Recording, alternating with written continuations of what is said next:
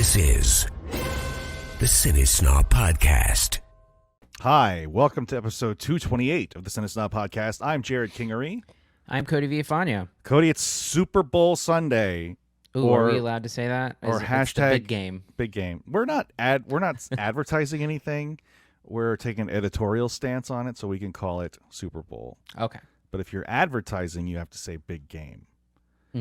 Okay.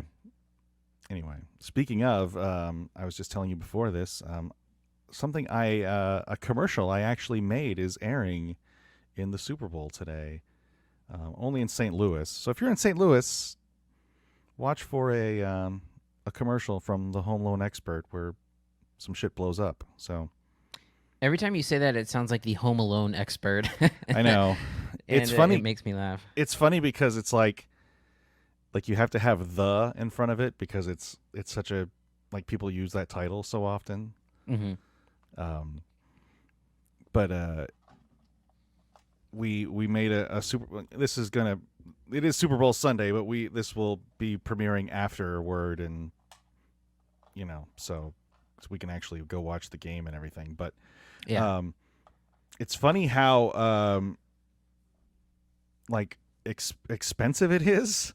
mm-hmm. for one commercial, and like how half the time these big giant companies blow it. Mm-hmm. Like they make these concepts up and you're like, what the fuck is I saw the one the other day that's supposed to be the big, I can't even remember what the spot is for, but it stars Guy Fieri. Oh. And he's like the ruler of Flavortown. I'm like, what the fuck is happening? So a thing that is a recent complaint, because it's a recent thing, is the idea that these Super Bowl ads hit before the game. Like, why? What are you doing? Why are you doing that? Like, the whole idea is that people are watching for the commercials or whatever the thing that people say, but like, why air it and take away the conversation starter part of that? I don't know. It's a weird thing. I did find out that ours accidentally it aired earlier today, like in Olympic coverage, mm-hmm. but it was because of a miscommunication with the station. But I mean, no one is watching that. And the idea, though, that like releasing them on YouTube has been a big thing I've seen, or any kind of social media. It's like, check out our big game spot. Like, well, yeah, what the fuck? Why are we showing this now? Like, what's the point?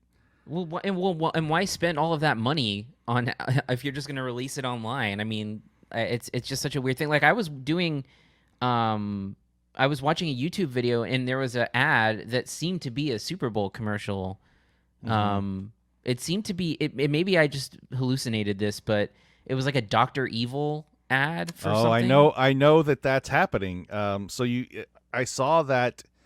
I don't know what it's for, but I saw that mentioned on Twitter somewhere that Mike Myers is reprising the Dr. Evil / Austin Powers roles, or at least Dr. Evil. I heard Dr. Evil. I didn't watch long enough. Yeah, I don't get it. I don't get that.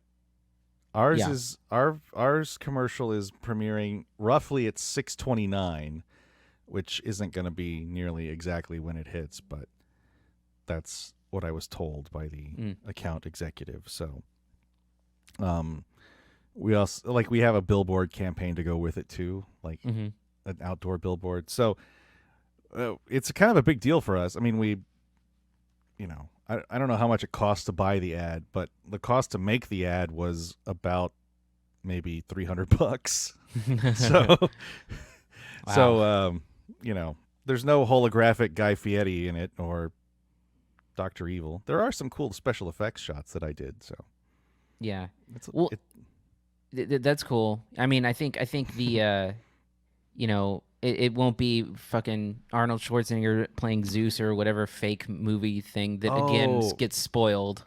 Yeah. Well, you know what? I guess it was like Friday night, or Thursday, or I think it was Thursday night. I'd come back from a trip to St. Louis, and it was just like, who the fuck cares what's on TV? And it was like the yearly Super Bowl's greatest commercials ever, like hosted by Boomer Esiason and some woman from NCIS. Anyway, and they played that full Zeus spot at the end. Like, why? Yeah, I don't get it. It was for some, like, electric Hyundai or something. Yeah. It's like, what's the point of, like, well, okay, great. So, I remember, I think the real, like, the fake movie stuff really kind of started with that, the Crocodile Dundee thing. Oh, the Danny McBride. Yeah, Danny McBride, Chris Hemsworth, Crocodile Dundee thing. Yeah. And then they've just kept running with it, and you're like, all right. Yeah, enough. the Super Bowl ads and stuff, like, just, I'm so over it. I just don't care anymore. Do I really care about, like, a stupid Doritos ad that like, it's just, whatever. The one thing I legit look forward to in that is like all the trailers that drop. Sure. Well, nothing will ever top the Cloverfield paradox. No. Oh, sorry. I thought you were going to say something for real. The Oh, no. Cloverfield paradox, dropping a trailer and then dropping the shitty movie. Directly after. Yeah. I thought you were going to say something. A genius thing had the movie not been dog shit. Sure, yeah. Had the movie actually been good, it would have been like, oh, fuck, that's awesome. Yeah, because again, it's no one knew that movie existed, and then suddenly it's a trailer and you can watch it after the game. Like, genius marketing and a great way to dump a shitty movie. Oh man, that popped up in my Facebook timeline recently. I guess last week, I forgot it existed. Yeah, fair. I thought you were going to talk about the Independence Day reveal, because that's an all timer. You were a child, but that was the first. I think I know. Yeah, it just was the White House exploding, and everybody was like, "What the fuck?" Yeah, and it was. I mean, that's an all time great Super Bowl trailer. I mean, these days it's just we just call that the Trump years. Whoa, man, All you right, are guys. out All there. right. You are Sorry. out there, Cody. I'm so sorry. Oh man. Yeah. Anyway, so drop your favorite Super Bowl commercial in the comments of this video. So, Yeah. Anything before we move on? Let's get to this. So Yeah, we got a packed show. We got to get rolling. all right, let's move on to reviews. Here are this week's reviews. First up, we have "Marry Me." You know, they say if you want something different, you have to do something different. So this time, for the first time, you make a different choice. You jump off a cliff so high you can't even see the fall. And you just say yes. Sure. I'll marry you. You. This is a romantic comedy starring Jennifer Lopez, as you see there, and Owen Wilson. Odd. I didn't realize that this was also premiering on Peacock until this week. Mm-hmm. Like, it's in theaters and premiered on Peacock. So everything we're covering is streaming this week. Yeah. Cody, tell us about "Marry Me" and what you thought of it. Yeah, so it's a simple enough premise, I guess, where Jennifer Lopez is playing like a pop star, and she finds out she's supposed to marry her other pop star boyfriend at a concert, and finds out that he was cheating, and then in order to, I guess, save face, she decides to marry a random person in the crowd who ends up being Owen Wilson. Well, it's not Owen Wilson. It's Owen Wilson's character. Yeah.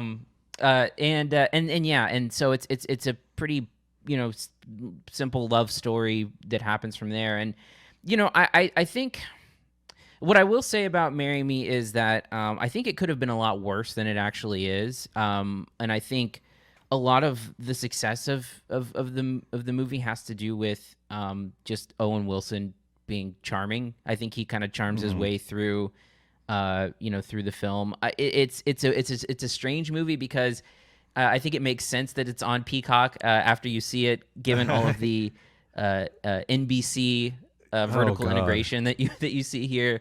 Both the Today and the Tonight Show are present. I told you it had a criminal amount of Jimmy Fallon, Uh-huh. and Yeah, a pivotal plot point involves Jimmy Fallon. Yeah. So it's a perfectly nice movie.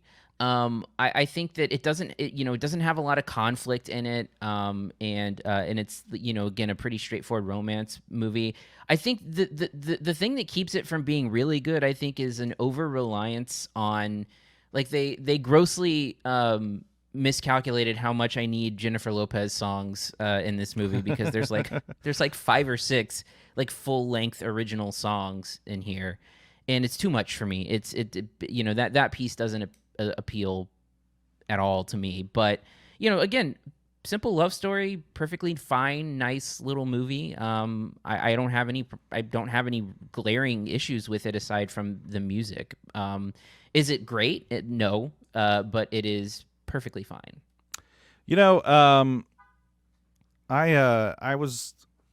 My wife and I watched this, and she didn't like it, and I was okay with it. But it is, and maybe you haven't seen it. Have you seen Notting Hill? Mm-mm. It's Julia Roberts, Hugh Grant film from 1999, written by Richard Curtis, who of course made Love Actually a few years later. Essentially the same plot.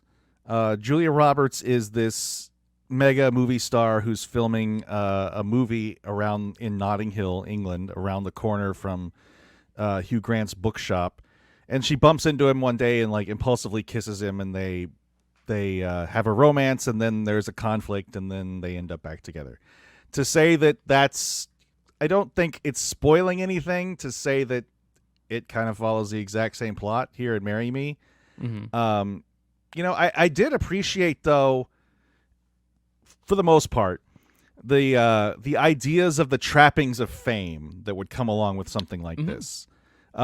It's not your typical Owen Wilson role, by the way. Like he's playing this pretty straight. He's not his typical kind of sarcastic, it's very odd earnest self. Yeah. I mean, but it plays the trappings of fame really well. Like, what would happen to this guy? So, like, the whole Marry Me thing is, the concert is set up as a stunt, and then, of course, right before it's about to happen, she finds out her fiance is cheating on her. And the idea that she picks this guy out of the crowd to marry him, like literally marries him on stage, that he would also become just as famous as her, I think is played pretty well in the movie. It does seem to forget that a couple of times, where they're able to like walk the streets of New York alone. Like, okay, whatever. Yeah. I do. It's perfectly fine. The vertical integrate, the NBC stuff gets a little heavy-handed at times. Like I said, it's a lot of Jimmy Fallon, and like a very pivotal plot point of the movie involves Jimmy Fallon. Mm-hmm. And the kind of that's the inciting incident for the third act, and then the kind of struggles along the way Jennifer Lopez's character has is like entirely invented. So it's like it turned into this like really wacky rom-com for a little bit, Yeah. which I don't think fits the rest of the tone. It doesn't, though. I do think it gives like Sarah Silverman some interesting stuff to do, at least. Yeah. And entertaining. And I think your point about the sort of fame, I think, is a good one. And it sort of reminds me of how I felt like The High Note didn't quite get it, if you recall that movie. I was thinking of The High Note watching this movie.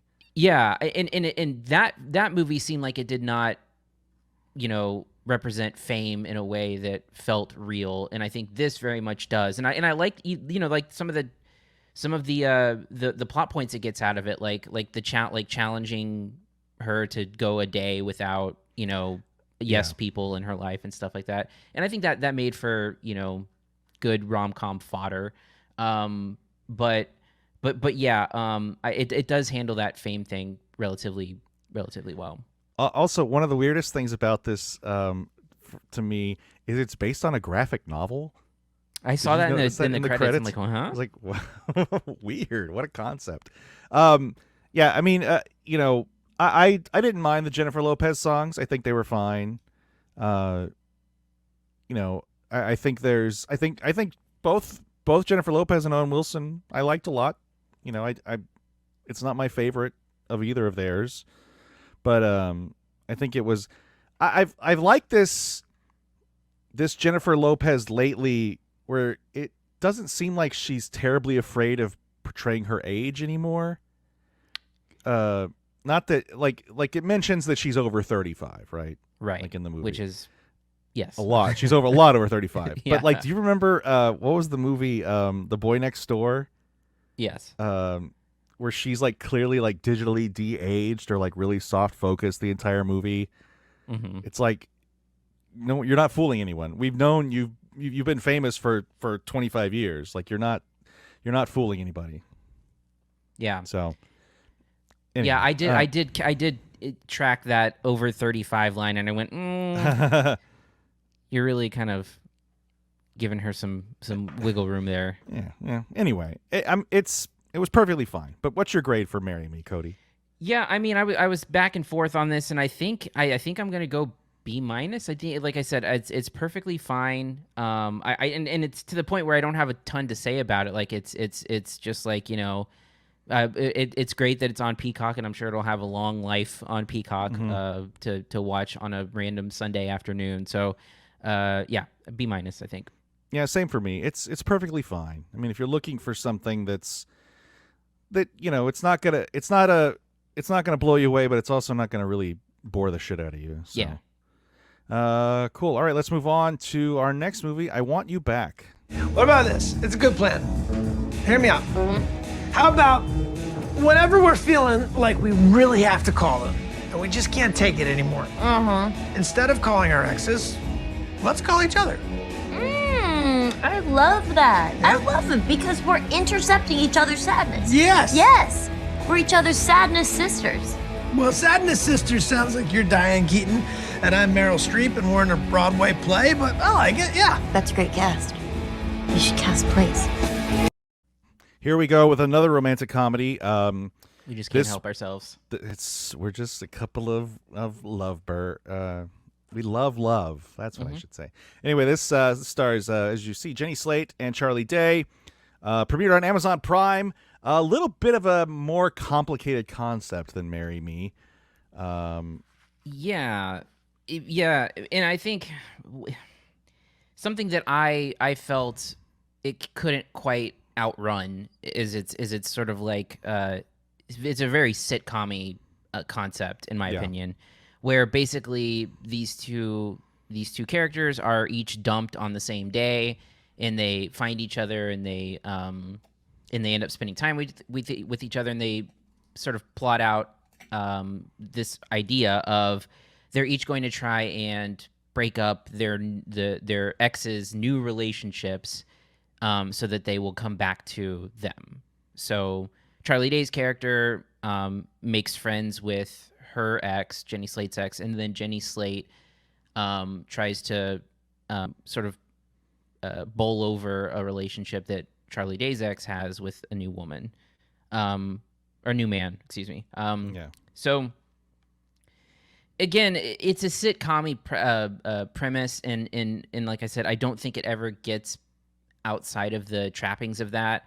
I think Charlie Day and Jenny Slate are both, you know, good in the movie. I really like Jenny Slate a lot here. And there are admittedly some funny parts. There's some funny lines. There's a sequence that happens at a house that has a cameo. Yes. that if you've seen this director's previous movie, Big Time Adolescence, that is why that happened, I'm assuming. Yeah.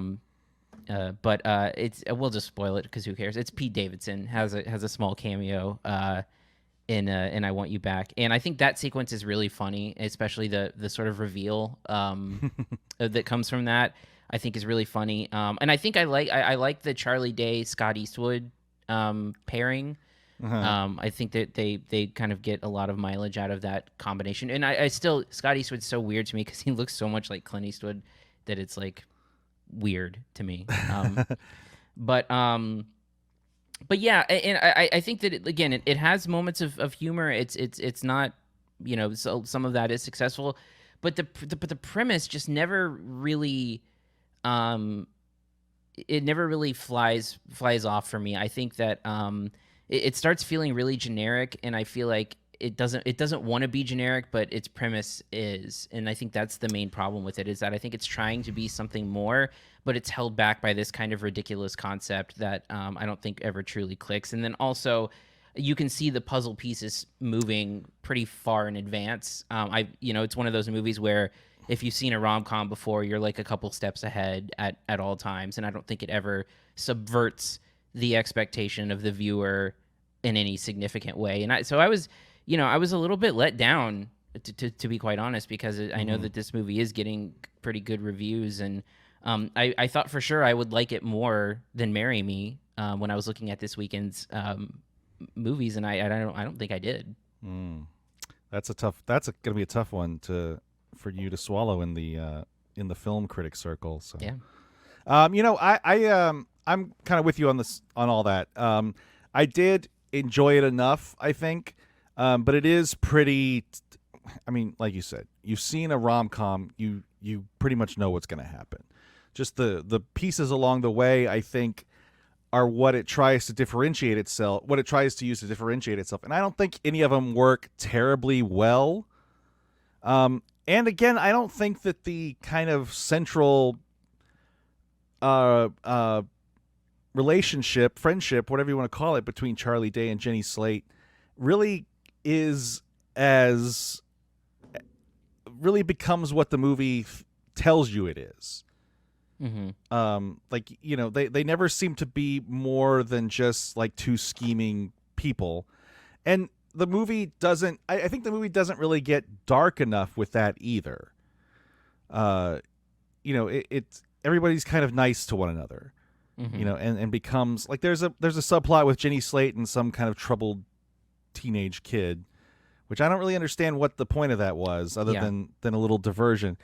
But it doesn't ever quite get to the psychotic nastiness that would be part of this scheme that they come up with, and at the end it just ends up feeling kind of toothless.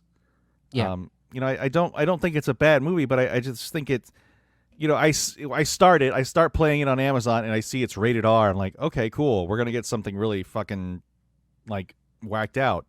But it never really gets there, and that's a disappointment to me. It doesn't, and I think that too is that Charlie Day's character is too nice for the thing that he's doing, and I think it's hard to reconcile that, because what they're doing is crazy and not it's a scheme, right? It's crazy, and he's just a nice guy the whole time. He has very little arc in the movie. Jenny Slate's character at least has arc, but it's done through this kind of weird relationship with that kid that I think, again, doesn't really serve much of a purpose. Like is that supposed to show her growing up? Is that her showing maturity? Because again, she doesn't seem all that immature, but yet she's presented to you as an immature person. So I don't know. I just did not like how it was all packaged. And the Gina Rodriguez character is, I guess, meant to be kind of unappealing at some point, but I don't think the movie accomplishes that at all. It just kind of ends up leaving her in a shitty position. Well, and also too, there's this idea that starts to formulate in the final act of Gina Rodriguez's character, like not believing in him in that Charlie was the Day's point. Character. That's the point I'm trying to make. Like it tries to paint her like she's not right for him. Yeah, but it's literally only in lines of text, like in the script. Yeah, and I kind of wonder if maybe they just didn't establish enough early on in the movie. Like they didn't spend enough time, because you get like basically one scene with Gina Rodriguez at the very beginning of the in the movie where she breaks up with him. But again, there's not that bit of like, okay, she's not right for you, or she didn't believe him, or believe in him or something like that. That stuff is not there, and so that piece doesn't work. It wants her to be like Sarah Marshall in Forgetting Sarah Marshall. Yeah. Where it's this woman who was just never right for this guy, despite what they had, and it just doesn't work. Mm-hmm. Yeah. Anyway, what's your grade for what is it? I Want You Back, Cody. I'm giving I Want You Back a C+. For me, it just doesn't get the job done.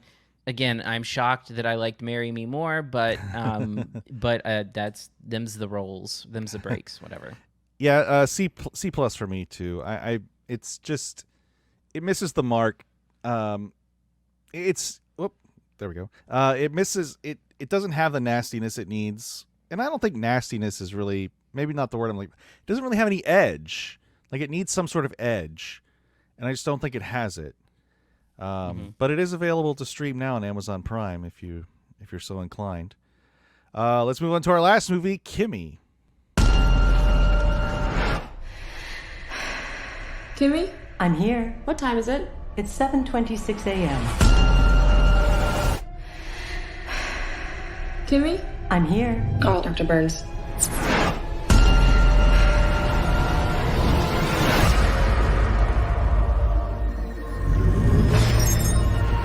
I got her. What do you want from me? KIMI? I'm here.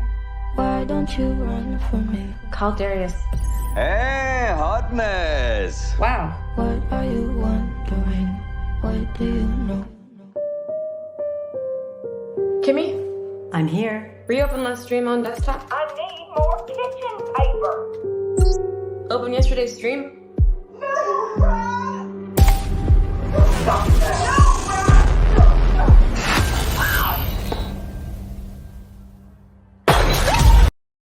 So this is the 7th movie in the last 6 years from formerly retired director Steven Soderbergh. I believe his 3rd in a row for HBO Max. Yeah, after Let Them All Talk, No Sudden Move, and now KIMI. Yeah. The Laundromat, I think, was that also... was Netflix. Oh, that was Netflix. Okay. Netflix and High Flying Bird were... that was, excuse me. I never saw The Laundromat, but High Flying Bird and Laundromat were Netflix. That's right. Anyway, this is sort of a techno-ish thriller. Very much a play on Amazon Alexa. But Cody, tell us about KIMI, what you thought of it.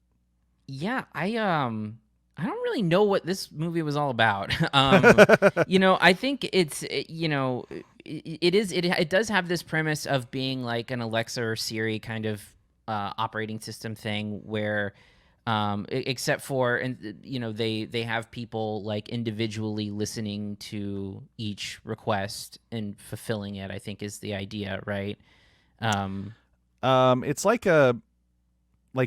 instead of like an algorithm learning, it's people that like manually review each thing. Right. Yeah.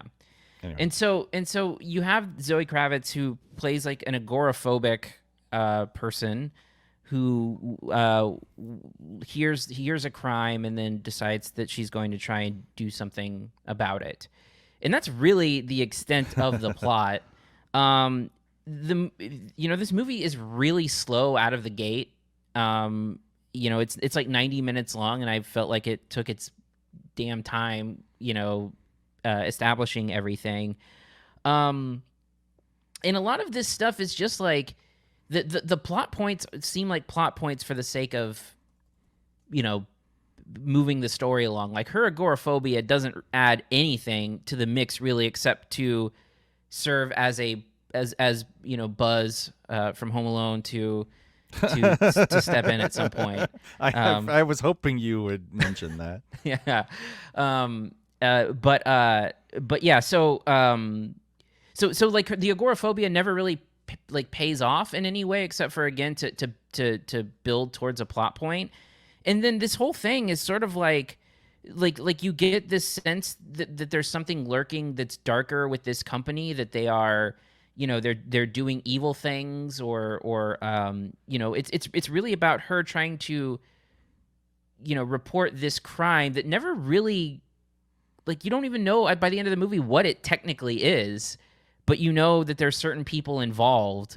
but it's very ambiguous about. Well, there's like illustrations of it on screen, like that, like she's hearing it, but there's like I wasn't sure what that was supposed to be. Like, was she imagining it? I assume so. But again, you've got this. The movie starts with a lot of Derek Delgadio in the beginning, and like I don't like his character again. It clearly up to something, but I don't think it. Correct me if I'm wrong, but I don't think they ever directly say what his involvement is. Well, I think the implication is that this murder that she hears on the recording was done at his request. Right. And I mean, that's really all. I don't know what are you thinking you don't, that's not because portrayed? they're clearly like he's trying to cover it up. Like it clearly has something to do with the IPO of the company that's happening. There's clearly some sort of like tech parable here that like Big Brother watching kind of is bad thing, but it's just never explicitly laid out, I don't think. And so there's like this undercurrent of this company is bad and Derek Delgadio's character is bad, but I don't think it really ever explores it in any meaningful way. And so I feel like the whole thing comes off as really surface level, because then you have scenes where Zoe Kravitz goes and goes to the office, and again, like there's apparently like this web of like Uber criminals that all work for this company. Like it's just like that's the kind of shit I'm talking about. Like it's just all surface level stuff. Like clearly something's up that where there's like this web of people who are covering up a murder. Yeah, I get but what but like it's not explored at all, and so I think that's a big miss. And then again, I don't think that Zoe Kravitz's character is particularly interesting or likable or entertaining to watch, and I just found myself like not caring about anything. And so by the time it reaches its conclusion, I don't really think it's all that satisfying, because I sat there for the last hour going like, what is going on? Why is this all connected?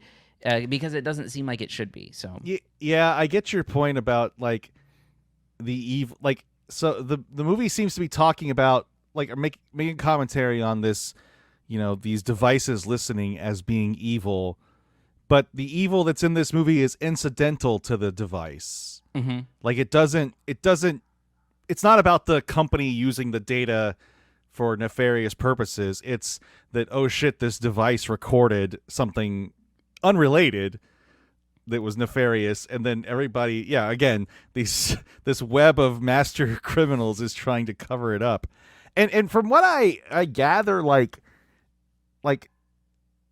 the beginning of the movie with Derek Delgadio, like he's doing a Zoom interview for something, right? Mm-hmm. And he's in like there's a great shot that's like he's in the garage with a bunch of books behind him, like it's a set. So my thinking is that the movie, like the company, is not that successful yet. Is kind of the idea, but then they are able to employ these hitmen and have retinal scanning, security buildings and all this other stuff. So yeah, but like is the implication here that Rita Wilson's character knows about the murder and is helping cover it up? Like because why are they stopping like why are they stopping it, and why are they deleting the files and stuff? So like, do they know that it's connected to Derek Delgadio, or are they they don't want bad information about their product to get out, or like it's just completely unclear? And like that's like the most circumstantial evidence, like immediately. Yeah, like it's it's this cleaned up. I mean, obviously, and ostensibly, like that's a good thing, because now they can catch whoever killed this woman because they have a recording of it. So she set the recording on the device so that there was proof, right? So that someone would find it. So you would think that would be good for the company to say, hey, look, we're listening and we can help solve crimes. So seemingly they have to know that it's connected to him in some way. I guess. I don't know. Yeah, did they share this at a meeting? Right. So like, by the way, look, we had this woman murdered, and like we're gonna have to cover it up. Are you in or are you out? Yeah. Talking about this is making me dislike the movie more. It really does not hold up to scrutiny, and I think that's probably part of the reason it's like a really swift 90 minutes. Yeah.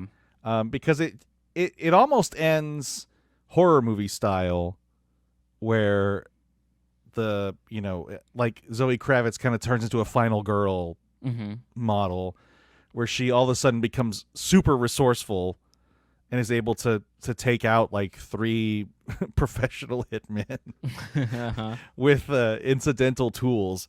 Yeah, I don't know. I can't say that I didn't enjoy it, but it really doesn't hold up to any kind of real scrutiny.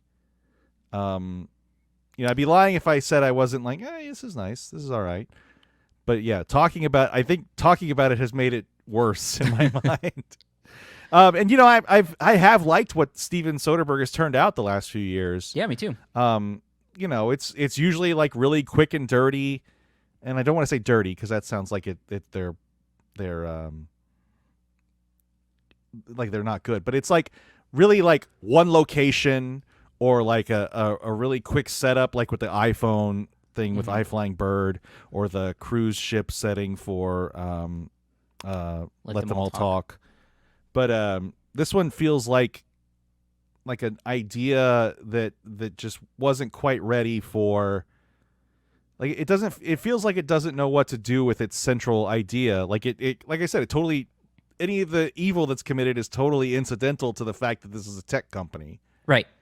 So yeah, and again, if it's trying to make a point about like listening devices are bad, I don't think that it because it caught a murder. Yeah, it captured a murder, and it saw it, like he goes to jail, or well, spoiler alert, but yeah. So for me, I mean, like I was, and let me just be clear here, I would be negatively reviewing it anyway. I wouldn't, I didn't find it enjoyable, but talking about it has knocked it down a half letter or whatever. Well, okay, what is your grade for KIMI? I'm giving KIMI a C. It was at C+ prior to this conversation, but the fact that I can't make any sense of it as I talk about it knocks it down. I was going to be at a B-, but talking about it has put me at a C+. So it's which is such a bummer, because I think there's a lot of potential here, and I think I really am into the sort of like tech thriller kind of idea. I think that it looks slick. I think that Soderbergh's camera work is always interesting, if nothing else. But it just feels like it fumbles right from the get-go for me, and just never really recovers. Well, yeah, like you said, Zoe Kravitz's character is not terribly likable.